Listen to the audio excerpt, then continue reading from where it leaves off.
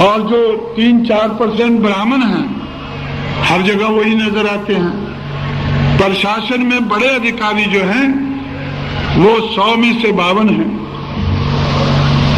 जो 100 में से 52 हैं वो सिर्फ 3% है। यही नहीं, उन्होंने हर रास्ता घेरा हुआ है। आज जो चीफ एग्जीक्यूटिव है, देश के कारोबार को चलाने वाला सबसे बड़ा अधिकारी है, प्राइम मिनिस्टर है, वो ब्राह्मण है। उसके खिलाफ अगर कोई शिकायत करनी है तो राष्ट्रपति के पास जाना है, वो ब्राह्मण है। अगर कोर्ट कचहरी में जाना है शिकायत करने के लिए तो सबसे बड़ा जो जज है सुप्रीम कोर्ट का, वो ब्राह्मण है। और अगर देश की फौजों से कुछ कहना है, देश की फौजें बहुजन समाज की हैं। गोली बनाने वाले, गोली खाने वाले, गोली चलाने वाले सारे बहुजन समाज के हैं, लेकिन उनका जो मुखिया है वो ब्राह्मण है। उनका जो सबसे बड़ा उनको आर्डर देने वाला है वो ब्राह्मण है। और फिर हम लोग सोचते हैं कि चलो हम अपने लोगों के पास जाएंगे, चुनाव में जाएंगे और चुनाव में लोगों को रजामंद करके चुनाव जीतेंगे, तो चुनाव कराने वाला सबसे बड़ा अधिकारी वो भी ब्राह्मण है। चीफ इलेक्शन कमिश्नर वो भी ब्राह्मण है। आज वो कहता है कि हम फेयर एंड फ्री चुनाव कराएंगे। आज से 2 साल पहले, 2-2.5 साल पहले जब मायावती ने उत्तर प्रदेश में चुनाव लड़ा और जब वो वोटों की चोरी को, वोटों की लूट को रोकने के लिए उसने प्रबंध किया, तो उसको एनएसए में बंद कर दिया गया। पहले एक कानून लगाया, दूसरा लगाया, तीसरा लगाया, जब नहीं चला तो एनएसए में उसको बंद कर दिया गया। उसके सारे जो सपोर्टर थे उनको बंद कर दिया गया, दहशत फैला दी गई। और वोट डालना तो दूर रहा, जब वोट गिनने वाला भी उसका एक नहीं रहा। चीफ इलेक्शन कमिश्नर को बार बार लिखा गया, टेलीग्राम दिए गए, मैंने खुद टेलीफोन किया, तो ब्राह्मण होने के कारण उसने कोई दखल नहीं दिया। जितनी ज्यादती होती है होने दो, लेकिन हम लोगों ने तहैया किया कि इन अधिकारियों के बावजूद भी हम चुनाव लड़ेंगे, चुनाव जीतेंगे। और जिस उत्तर प्रदेश में मायावती को गिरफ्तार किया गया, चुनाव में धांधली को रोकने के लिए मायावती को गिरफ्तार किया गया, उसको जेल में डाला गया। उसी उत्तर प्रदेश में हमने सबसे पहले तो जेल में डालने वालों को, उनको हुक्मरान रहने से हम लोगों ने रोका। आज वो लोग मारे मारे फिर रहे हैं। पहले हम लोग मारे मारे फिरते थे, आज वो लोग जिन्होंने उनको जेल में डाला वो मारे मारे फिर रहे हैं। और जिन अधिकारियों ने उनके साथ ज्यादती की थी, आज वो अधिकारी वो मेरे पास आते हैं। जब मैं कहता हूं कि मायावती के पास जाओ तो उसके पास जाते हैं कि हम क्या करें, हम तो हुक्म के गुलाम हैं, हम तो हुक्म के गुलाम हैं। जब उनकी सरकार थी हम उनका हुक्म चलाते मानते थे, अब आपकी सरकार है, अब आप हुक्म दें। आप हमें कहें कि कल्याण सिंह जो मुख्यमंत्री था उसको पकड़ लो, हम पकड़ लेते हैं अभी जाकर।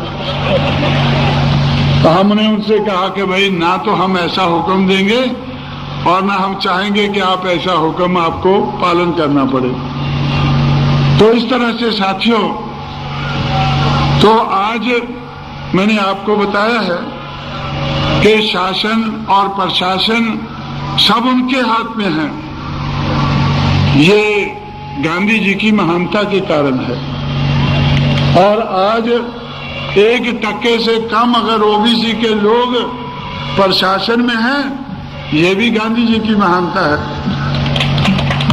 तो भाई इस महानता को जब हम लोग चैलेंज करते हैं तो वो गांधी जी को ढाल बनाकर हमारे सामने खड़ा करते हैं कि गांधी जी राष्ट्रपिता थे, देश को आजादी दिलाई। आज तो कल मुझे किसी ने बताया कि आप पेपर में कोई खबर निकली है कि शंकराचार्य कहते हैं कि डॉक्टर अम्बेडकर क्या थे। गांधी जी ने सब कुछ किया है, डॉक्टर अम्बेडकर ने क्या किया है? तो भाई वो ठीक कहते हैं। इसीलिए मैं गांधी जी को शंकराचार्य की कैटेगरी में रखता हूं। गांधी जी जो है वो ऋषि मुनियों की कैटेगरी में है, मनु की कैटेगरी में है। पहले इस देश में मनु पैदा हुआ, उसने हमारा सत्यानाश किया, हजारों साल सत्यानाश हुआ। तो फिर बुद्धा ने कुछ हमें रिलीफ दिलाया, उसके बाद फिर शंकराचार्य पैदा हो गए, फिर हम अंधेरे में चले गए। शंकराचार्य आज भी घूम रहे हैं, उस वक्त तो आदि शंकराचार्य था, अभी तो बहुत बन गए हैं। उसके बाद हमारे बुजुर्गों ने हमारी बात को आगे बढ़ाने की कोशिश की। गुरु नानक, कबीर, रविदास और बहुत से संत महात्मा हुए, उन्होंने हमारी बात को कहने की कोशिश की। इन्होंने फिर तुलसीदास को आगे किया, रामायण लिखी और रामायण के माध्यम से हमें बताया कि भाई नहीं, बराबरी नहीं होनी चाहिए, गैर बराबरी जरूरी है। तुलसीदास संत जी कह गए हैं, रामायण लिखने वाले कह गए हैं कि गैर बराबरी का होना जरूरी है। और आज के जमाने में फुले, शाहू, अम्बेडकर ये लंबा संघर्ष करके गए हैं। सारे देश में ऐसे महान पुरुषों ने संघर्ष किया है। तो उस संघर्ष को याद करके, उस बदलाव की हिस्ट्री को याद करके जब हम आगे बढ़ना चाहते हैं तो आज हमको रोकने की कोशिश की जाती है। तो इसलिए हमें इससे कोई दुख नहीं होना चाहिए अगर हमारे रास्ते में रुकावटें आती हैं। जब गांधी जी को उन्होंने ढाल बनाकर हमारे सामने करना चाहा, मेरा टेलीविजन के लिए कांग्रेस वालों ने सोचा कि मायावती कुछ कहती है तो उसके खिलाफ हम चर्चा करते हैं, चलो कांशीराम का इंटरव्यू लेना चाहिए टेलीविजन के ऊपर, और टेलीविजन पे इंटरव्यू लेके लोगों को दिखाएंगे कि कांशीराम को क्या कहना है। जब मैंने उस इंटरव्यू को कहा कि हम, अगर आप गांधी जी को ढाल बनाएंगे तो हम उससे ढाल के टुकड़े टुकड़े कर देंगे, तो उन लोगों की हिम्मत नहीं पड़ी मेरे उस इंटरव्यू को दिखाने के लिए। देश का प्रधानमंत्री ने, मुझे इस बात का पता चला कि एमजे अकबर एक जर्नलिस्ट है, उसको टेलीविजन के कैमरे लेकर मेरे पास भेजा। मेरे 3 घंटे खराब कर दिए। तो मैंने उनसे, उन्होंने कहा कि भाई ये गांधी जी के बारे में आपको क्या कहना है। पहले तो मैंने उनसे यही कहा कि भाई मैं अपना कहने से पहले बाबा साहब अम्बेडकर को गांधी जी के बारे में क्या कहना था मैं ये बता देता हूं। और जब मैंने वो बताना शुरू किया, वो इधर उधर झांकने लगा, लेकिन नरसिम्हा किधर नजदीक नहीं आए, नजर नहीं आए। जिन्होंने उनको भेजा था वो नजर नहीं आए। तो फिर मैंने उनसे बोला कि अच्छा अभी मुझे क्या कहना है, आप मेरी भी बात सुन ले। अगर गांधी जी को इस देश के हुक्मरान, इस देश का ब्राह्मणवादी समाज, इस देश की ब्राह्मणवादी पार्टियां अगर ढाल बनाएंगे और बहुजन की बात को आगे नहीं बढ़ने देंगे तो हम लोग उस ढाल के टुकड़े टुकड़े कर देंगे। हम कुछ मांगने वाले नहीं हैं, हम अपने बलबूते पर करने वाले हैं। हम मांगने वाले नहीं हैं, अपने बलबूते पर अपनी नालायकी को दूर करके लायकी पैदा करके उस लड़की को इस्तेमाल करके हम उसे ढाल के टुकड़े टुकड़े कर देंगे। तो इसलिए आपके हित की बात है कि गांधी जी को ढाल मत बनाएं।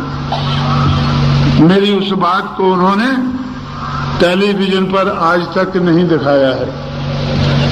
टेलीविजन उनके पास है, जिस दिन हमारे पास आ जाएगा उस दिन हम दिखाएंगे भाई। और वो दिन ज्यादा दूर नहीं है, वो दिन ज्यादा दूर नहीं है जब इस देश का टेलीविजन दूरदर्शन हमसे ज्यादा दूर नहीं रहेगा। दूरदर्शन दूर नहीं रहेगा, हम उसको जल्दी नजदीक लाएंगे और फिर अपनी बातें, अपने समाज की बातें सारे देशवासियों को, दुनिया वालों को दिखाएंगे।